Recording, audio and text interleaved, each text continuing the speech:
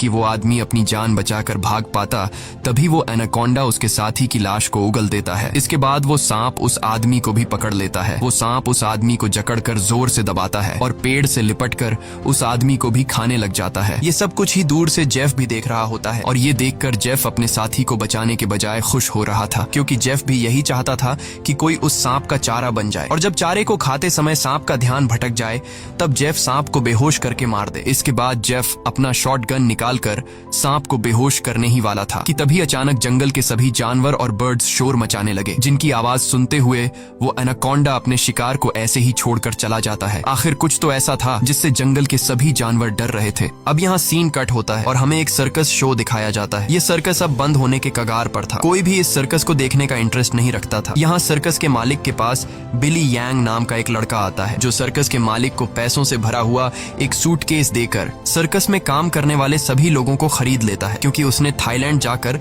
एक नया सर्कस खोलने का प्लान बनाया हुआ था। सर्कस के लोग बिली यांग के पास इतने सारे पैसे देखकर परेशान हो जाते हैं, क्योंकि आज से कुछ साल पहले बिली यांग बहुत गरीब हुआ करता था। वो भी इन लोगों के साथ मिलकर सर्कस में काम किया करता था, लेकिन पता नहीं कि बिली यांग अब कौन सा ऐसा काम करने लगा जिससे वो रातों रात इतना अमीर हो गया। अगली सुबह बिली यांग बोट के जरिए सभी लोगों को थाईलैंड ले जाने का प्लान बनाता है। अब क्योंकि बिली यांग ने इन सभी लोगों को खरीद लिया था, इसलिए ये सभी उसकी बात मानकर बोट में बैठ जाते हैं और बोट का कैप्टन बोट को चलाने लगता है। रास्ते में बिली यांग बाथरूम में छिपकर किसी को कॉल करता है और कॉल पर वो सामने वाले से कहता है कि डिलीवरी तैयार है, जल्द ही मैं इन लोगों को लेकर तुम्हारे पास पहुंच जाऊंगा। बिली यांग की इन बातों से हमें पता चलता है कि वह बोट पर मौजूद लोगों के साथ कुछ गलत करने वाला है। कुछ दूर आगे जाने के बाद ये लोग देखते हैं कि आगे का रास्ता बंद है, जहां लकड़ी और कई सारे कंटेनर्स रखकर किसी ने रास्ता रोक दिया था। तब बोट का कैप्टन कहता है कि हम दूसरे रास्ते से जा सकते हैं, लेकिन उस रास्ते से जाते हुए हमें थाईलैंड पहुंचने में बहुत टाइम लगेगा। इसलिए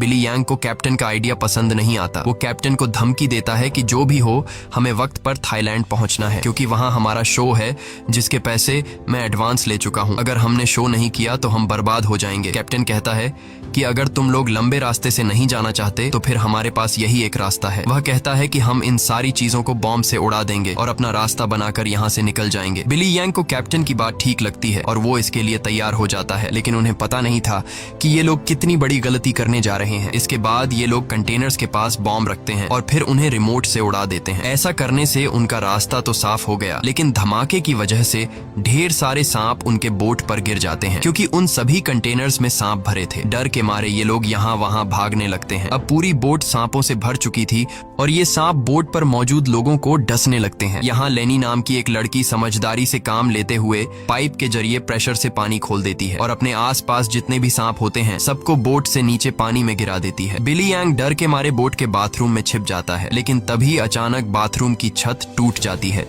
और बहुत सारे सांप बिली यांग के ऊपर गिर जाते हैं। उनसे बचने के लिए वह नदी में कूद जाता है और तैरते हुए किनारे तक पहुंचता है, लेकिन वहां पर भी एक किंग कोबरा उसके सामने आ जाता है। अब इससे पहले कि वो किंग कोबरा बिली को काट पाता, तभी कोई आदमी सांप पर पैर रखकर उसे कुचल देता है और बिली यांग की जान बचा लेता है। यह इंसान